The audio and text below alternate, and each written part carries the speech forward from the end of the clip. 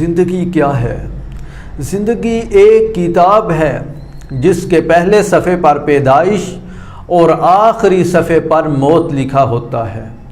اور درمیان میں جو صفحات ہیں وہ سب خالی ہوتے ہیں۔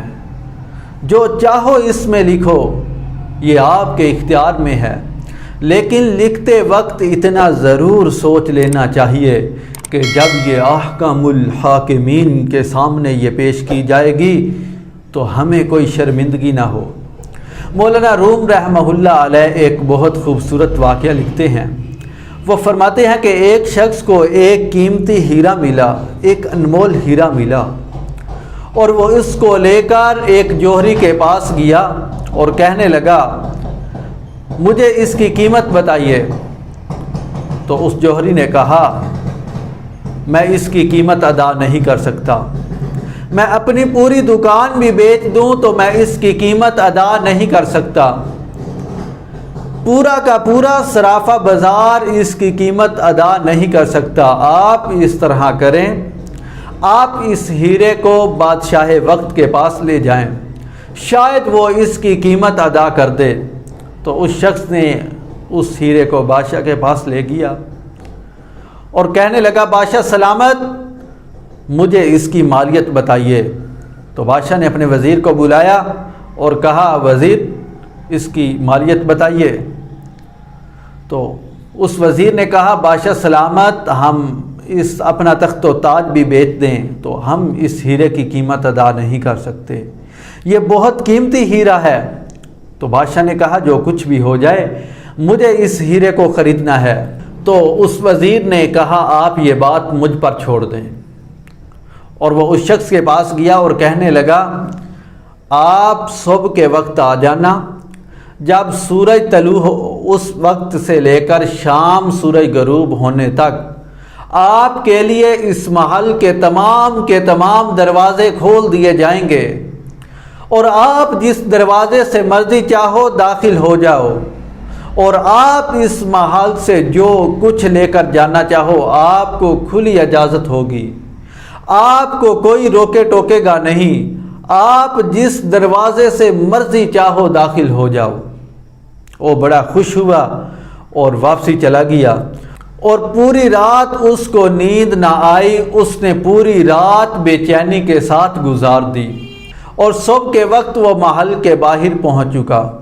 اور سورج طلوع ہونے سے پہلے وہ محل کے باہر پہنچ گیا، اور وزیر نے اس محل کے تمام دروازے کھول دیے، اور وہ پہلے کمرے میں داخل ہوتا ہے اور بہت بڑا ہال ہوتا ہے، اور اس کے ایک کونے میں شاہی لباس لٹکے ہوتے ہیں، بہت قیمتی لباس ہوتے ہیں، اور وہ کہتا ہے کیوں نہ میں آج قیمتی لباس پہنوں، کیوں نہ آج میں شاہی لباس پہنوں، اور وہاں سے ایک لباس اتارتا ہے، اس کو پہنتا ہے، پھر دوسرا اتارتا ہے، تیسرا اتارتا ہے، اس کو پہنتا ہے۔ اسی طرح کافی دیر کے بعد اس کو ایک لباس پسند آ جاتا ہے، اور اس کو آئینے میں دیکھ کر کہتا ہے میں تو شہزادہ لگ رہا ہوں، میں تو آج بادشاہ لگ رہا ہوں، اور اس لباس کو پہن کر وہ دوسرے کمرے میں داخل ہو جاتا ہے، اور دوسرے کمرے میں داخل جو ہی ہوتا ہے اور کیا دیکھتا ہے، وہاں شاہی کھانے ایک دسترخوان پر لگے ہوئے ہیں، اور طرح طرح کے کھانے اور خوشبوئیں آ رہی ہیں، اور وہ شخص رات کا جاگا ہوا بھوکا شخص جب طرح طرح کے کھانے دیکھتا ہے اس کو اور زیادہ بھوک لگ جاتی ہے، اور وہ کھانوں پر ٹوٹ پڑتا ہے اور سیر ہو کر کھاتا ہے۔ جب اس کا پیٹ بھر جاتا ہے پھر تیسرے کمرے کی طرف بڑھتا ہے، اور جو ہی تیسرے کمرے کے اندر انٹر ہوتا ہے تو وہاں ایک شاہی بستر لگا ہوتا ہے، بہت نرم قسم کا، اور کنیزیں پنکھے لے کر کھڑی ہوتی ہیں، اور کہتا ہے میں تو ساری رات جاگتا رہا، ابھی تو بہت وقت پڑا ہے، ابھی تو صبح کا وقت ہے، کیوں نہ میں تھوڑی دیر آرام کر لوں، اور وہاں شاہی بستر پر لیٹ جاتا ہے اور اس کو نیند آ جاتی ہے، اور کافی دیر گزرنے کے بعد اس کو وزیر آ کر اٹھاتا ہے، اور وہ اچانک ایک دم اٹھتا ہے اور اس کی آنکھ کھلتی ہے تو کیا دیکھتا ہے کہ سورج غروب ہو چکا ہے، اور وہ ایک دم بولتا ہے میں نے تو ابھی اس محل سے کچھ بھی نہیں اٹھایا، اور وہ اچانک سامان اکٹھا کرنا شروع کر دیتا ہے، اور وزیر اسے پکڑتا ہے اور کہتا ہے اب آپ کا وقت ختم ہو چکا ہے، اب آپ اس محل سے ایک تنکا بھی نہیں لے کر جا سکتے کیونکہ آپ کا وقت ختم ہو چکا ہے، اور اس شخص کو پکڑتا ہے اور محل سے باہر نکال دے مارتا ہے۔ مولانا روم رحمہ اللہ علیہ فرماتے ہیں جس طرح اس شخص کو ایک قیمتی ہیرا ملا اور اس نے اسے ضائع کر دیا، وہ بجائے اس کے کہ وہ قیمتی لباس پہنتا بلکہ مخصوص سا لباس پہن لیتا اور مختصر سا کھانا کھا لیتا اور اپنی نیند کو قربان کر دیتا، اور صبح سے لے کر شام تک وہ اس محل سے سامان نکالنا شروع کر دیتا،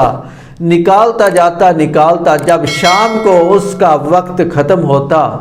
تو اس کا ایک محل تیار ہو جاتا۔ تو میرے عزیزو، جب موت کا وقت آئے گا تو پھر انسان کہے گا مجھے تھوڑی سی مہلت تو دے دیں کہ میں ایک مرتبہ اللہ اکبر کہہ لوں، اے فرشتوں مجھے تھوڑی تو مہلت دے دیں، اے فرشتوں مجھے تھوڑی سی مہلت دے دیں، میں ایک بار سبحان اللہ کہہ لوں، تو پھر اسے مہلت نہیں ملے گی۔